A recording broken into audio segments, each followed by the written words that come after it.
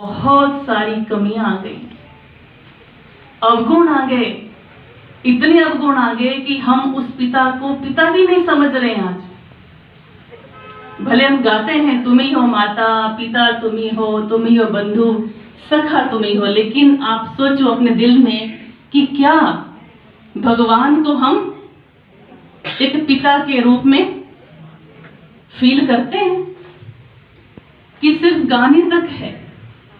आरती में भी गाते हैं तुम मात पिता हम बालक तेरे, तुम्हारी कृपा से शुद्ध है, इस रीति साधना आराधना करते हैं। लेकिन आप सोचो कि क्या सच में मेरा रिश्ता एक पिता और बच्चे का है? क्या हमें लगता है कि हम भगवान के बच्चे हैं? लगता है?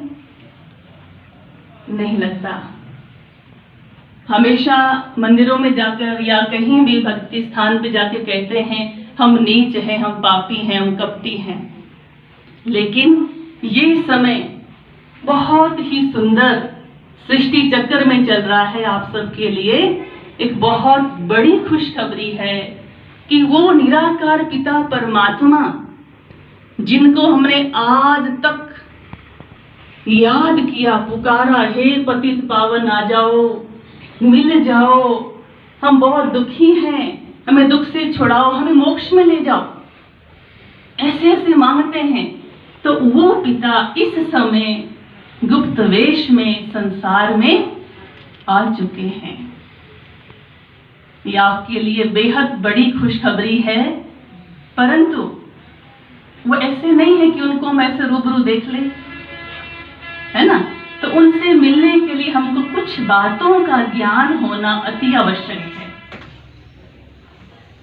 धार्मिक पूजा पाठ शास्त्रों वेदों में अपनी उनकी बहुत आस्था थी और बहुत भक्ति करते थे, नारायण की भक्ति, कृष्ण की भक्ति।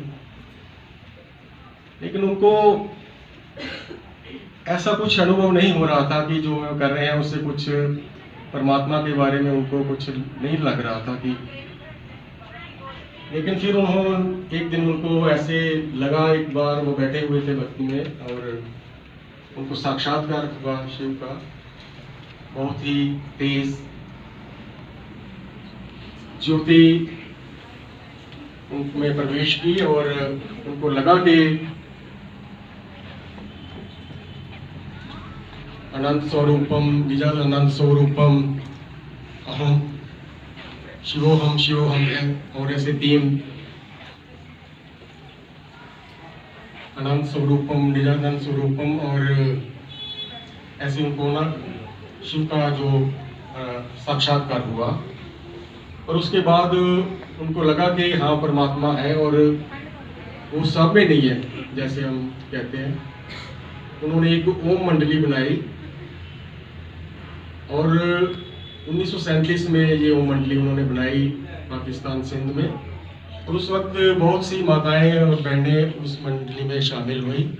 उनका काफ़ी विरोध भी हुआ क्योंकि जो इसकी धारणाएं थी इस संस्था की वो बहुत सख्त थी और कुछ लोगों को वो बहुत से लोगों को मान्य नहीं थी। पवित्रता की धारणा जो थी बहुत ज़्यादा उसका विरोध हुआ। लेकिन फिर भी वो अपने दृढ़ संकल्प, धैर्यता से, सहनशीलता से और बाबा की कृपा से वो आगे बढ़ते चले और 350-400 के बहनें इस संस्था में शामिल हुई।